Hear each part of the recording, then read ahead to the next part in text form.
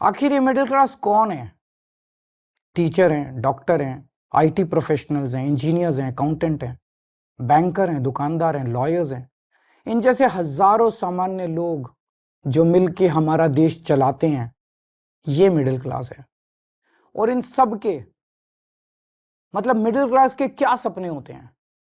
उनके कोई बहुत बड़े सपने नहीं है। वो अपने लिए एक अच्छी नौकरी या बिजनेस चाहते हैं, एक अपना घर चाहते हैं, बच्चों के लिए अच्छी शिक्षा चाहते हैं। ये सब चाहते हैं कि उनका परिवार हमेशा स्वस्थ रहे, सुरक्षित रहे। इन सब को पूरा करने के लिए एक आम आदमी, एक मिडिल क्लास का आदमी अपनी पूरी जिंदगी दिन रात मेहनत करता है और बस यही उम्मीद करता है कि उसे सरकार से कुछ थोड़ी सी मदद मिल जाए। लेकिन सच क्या है? आज अधिकतर सरकारें ना उनके लिए अच्छे स्कूल बना रही हैं, ना उनके लिए अच्छे अस्पताल बना रही है, ना उनको रोजगार दे पा रही है और ना उन्हें सुरक्षा दे पा रही है, ना क्राइम को कंट्रोल कर पा रही है।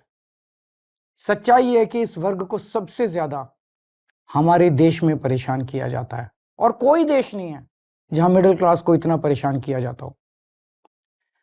आपको पता है, अगर एक मिडिल क्लास परिवार साल में 10-12 लाख रुपए कमाता है तो income tax, GST, toll tax, education cess, sales tax, property tax, corporate tax, service tax, registration tax, capital gain tax वगैरह वगैरह वगैरह, ये सारे टैक्स मिला के एक मिडिल क्लास की 50% से ज्यादा आमदनी केवल और केवल सरकार को टैक्स देने में चली जाती है। अब तो दूध पे भी टैक्स लगता है, दही पे भी टैक्स लगता है, पॉपकॉर्न पे भी टैक्स लगता है, यहां तक कि पूजा के सामान पे भी टैक्स भरना पड़ता है।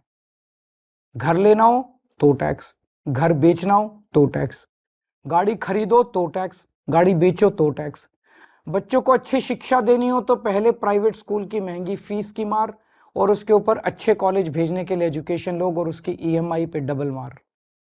जीते जी टैक्स तो देना ही पड़ता है, लेकिन अब तो सरकार ने ऐसी हालत कर दी है कि मरने के बाद भी टैक्स देना पड़ता है।